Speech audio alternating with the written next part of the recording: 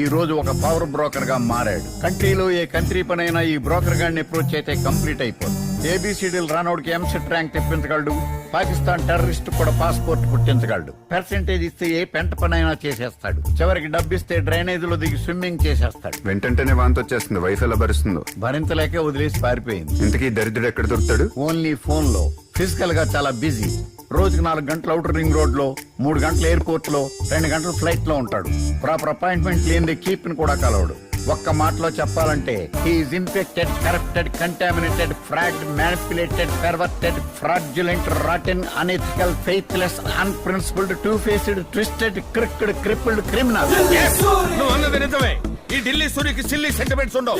నాకు ఎమోషన్ కన్నా commission, person కన్నా పర్సెంటేజ్ ముఖ్యం. నువ్వు ఎక్కువ ఇస్తానంటే ఆల్రెడీ త్రిమూర్తులకు సెట్ చేసిన 3G ప్రాజెక్ట్ ఈజీగా షిఫ్ట్ చేస్తాం. క్యాబినెట్ లో టాప్ టు బాటం తడిపేద్దాం. కామన్ పీపుల్ ని ముంచేద్దాం. అన్యాయమా ఆమదమా?